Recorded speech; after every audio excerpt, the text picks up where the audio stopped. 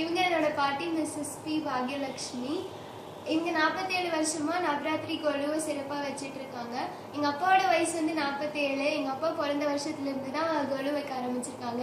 47 வருஷமா ஒவ்வொரு வாட்டி ஹிந்து மித்தாலஜியில் இருக்கிற புது கான்செப்ட்ஸை வைப்பாங்க.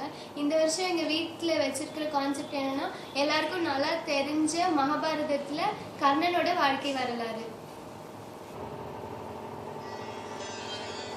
9 நாள் கொண்ட நவராத்திரிக்கு முன்னாள் அமாவாசை அன்னைக்கு நவராத்திரி கொலுக்கான கலசத்தை வச்சு பூஜையை ஆரம்பிப்பாங்க.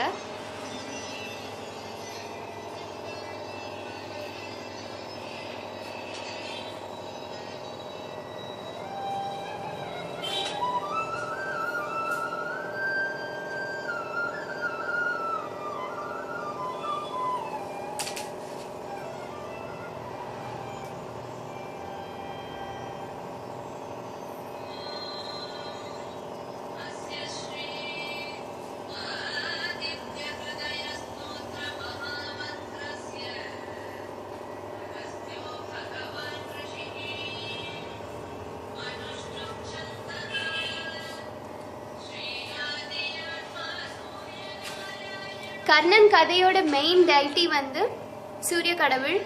சூரிய கடவுள் 7 குதிரைகள் கொண்ட தேர்ல தான் எப்பவுமே பவனி வருவார். சூரியனோட தேரோட்டி பேரு அருணன். அவருடைய தேர்ல இருக்கிற 7 குதிரைகளும் ரெயின்போவோட 7 கலர்ஸை ரெப்ரசன்ட் பண்ணுற மாதிரி, விப்ஜிஆரோட 7 கலர்ஸை ரெப்ரசன்ட் பண்ணுற மாதிரி குதிரைங்களோட பேர் வந்து ஜெயா, அஜயா, விஜயா, ஜிதப்ராணா, ஜிதக்ரமா, மனோஜப்பா, ஜிதக்ரோதா.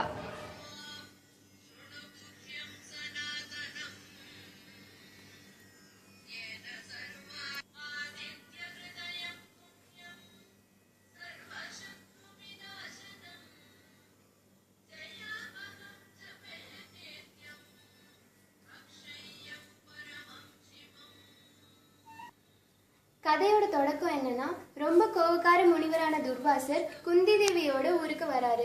அவருக்கு பணிவிடை செய்யறதுக்காக குந்தி தேவி வராங்க. அவங்க ரொம்ப நல்லா பணிவிடை செஞ்சதுனால துர்வாசர் ஒரு மந்திரத்தை உபதேசிக்கிறாரு. அந்த மந்திரத்தோட பலன் என்னன்னா, யாரை நினைச்சு இந்த மந்திரத்தை சொன்னாலும் அவங்க அம்சத்துல ஒரு குழந்தை பிறக்கும். ரொம்ப பிரகாசமா இருக்கிற சூரிய பகவானை பார்த்து குந்தி தேவி அந்த மந்திரத்தை யூஸ் பண்ணதுனால அவங்க அம்சத்துல கவசமும் குண்டலமும் உடம்போட ஒட்டி ஒரு குழந்தை பிறக்குது. கல்யாணத்துக்கு முன்னாடியே குழந்தை பிறந்ததுனால குந்தி தேவி அந்த குழந்தைய ஒரு பெட்டியில போட்டு ஒரு ஆத்துல விட்டுடுறாங்க. அந்த ஆத்தோட அக்கறையில ஹஸ்தினாபுரத்துல திருதராஷ்டிரனோட தேரோட்டியான அதிரதன் ராதை என்ற தம்பதியினருக்கு ரொம்ப நாளா குழந்தையே இல்லை. அதனால அவங்க அந்த குழந்தைய எடுத்து வளர்க்க ஆரம்பிக்கிறாங்க. அந்த குழந்தைக்கு கர்ணன்னு பேர் வைக்கிறாங்க. கர்ணன் சின்ன வயசுல இருந்தே வில் வித்தை, வீர சாஸ்திரம் எல்லாத்தையுமே நல்லா படிச்சு நல்லா வளர்ந்து வராங்க. ஒரு வாட்டி காட்டுல வேட்டையாடிட்டு இருக்கும் போது குந்தி தேவி பாண்டு மன்னன் கல்யாண கோலத்துல ஹஸ்தினாபுரத்துக்கு தேர்ல வராங்க. கர்ணன் விட்ட அம்பு வந்து பூமாலையா குந்தி தேவி மேலையும் பாண்டு மேலையும் விடுது. கர்ணன் வளர்ந்த அதே நேரத்துல பஞ்ச பாண்டவர்களும் வளர்ந்துடுறாங்க. துரோணாச்சாரியா தான் பஞ்ச பாண்டவர்களோட குரு.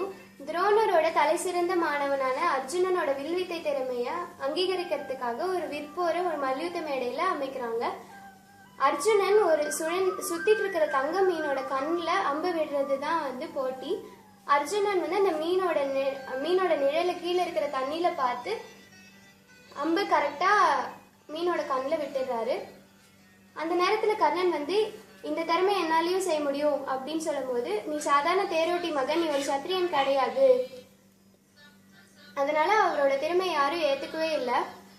துரியோதனன் வந்து அவர் நாட்டுக்கு உட்பட்ட அங்க தேசத்தை கர்ணனுக்கு பரிசா கொடுத்து இனிமே இவனும் சத்திரியன் தான் சொல்லிட்டு கர்ணனோட திறமையை அங்கீகரிக்கிறாங்க. எல்லாருக்கும் நல்லா தெரிஞ்ச விஷயம், கர்ணன் ஒரு பெரிய கொடை வள்ளல். அவருக்கு உட்பட்ட அங்க தேசத்தை நல்லா சீரும் சிறப்புமா தான தர்மம் செஞ்சு ஆட்சி செஞ்சுட்டு வராங்க. ஒரு வாட்டி அர்ஜுனனோட அப்பாவான இந்திரன் அந்தனர் வேஷத்துல வந்து கர்ணன் கிட்ட உன்னோட உடம்போட ஒட்டிய கவசத்தையும் குண்டலத்தையும் எனக்கு தானமா கொடுன்னு கேட்கும்போது ஒரு மறுப்பும் இல்லாம உடனே கழட்டி கொடுத்துறாரு கர்ணன். துரியோதனனோட துரியோதனனோட மனைவியான பானுமதியும் கர்ணனும் ரொம்ப நல்ல நண்பர்கள். அவங்க ஒரு நாள் சொக்கட்டான் விளையாடிட்டு இருக்காங்க. அப்ப துரியோதனன் அந்த அரண்மனைக்குள்ள வராரு. மரியாதை கொடுக்கறதுக்காக பானுமதி எழுந்து நிற்கும் போது ஏன் எழுந்திருக்கிறேன்னு சொல்லி கர்ணன் கூப்பிடும் போது அவங்க முந்தியில் இருக்கிற முத்து மாலை செதறி கீழே விழுந்துடும். அப்பயும் ஒரு துளி சந்தேகமும் இல்லாம இந்த முத்துக்களை நான் அல்லவா கோர்க்கவா அப்படின்னு சொல்லிட்டு கர்ணன் மேல வச்சிருக்கிற நட்பு அவ்வளவு நம்பிக்கையா துரியோதனன் காட்டுறாரு. பிரம்மாஸ்திரம் கத்துக்கிறதுக்காக கர்ணன் பரசுராமர் கிட்ட போறாரு. பரசுராமர் அந்தனருக்கு மட்டும்தான் சொல்லி தருவேன்ற கொள்கையை வச்சிட்டு இருந்ததுனால கர்ணன் அந்தன ரூபத்துல போறாரு. கத்துட்டு முடிச்சோடனே ஒரு நாள் பரசுராமர் களைப்பா நான் மடியில படுத்துக்கிறேன்ட்டு கர்ணன்கிட்ட சொல்லும் போது ஒரு வண்டை வந்து கர்ணனோட காலை கடிச்சிடுறது. கால் அசைச்சா குருநாதரோட தூக்கம் கலைஞ்சிரும்ன்றதுனால வலியை பொறுத்துட்டு இருக்காங்க. ரத்தத்தோட ஈரம் பட்டு பரசுராமர் வந்து தூக்கத்துல இருந்து எழுந்திருச்சுக்கிறாரு.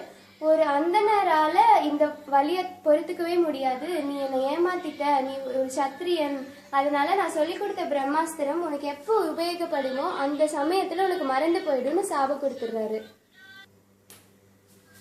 18 நாளான குருக்ஷேத்திர போர்ல கர்ணன் ஒரு நாள் சேனாதிபதியா ஒரு கௌரவர்கள் பக்கமும் பாண்டவர்கள் பக்கம் அர்ஜுனன் தலைமையில கிருஷ்ணர் தேரோட்டியா வராரு. அப்போ கர்ணனோட தேர் வந்து மணல்ல புதைஞ்சிட்டு இருக்கு.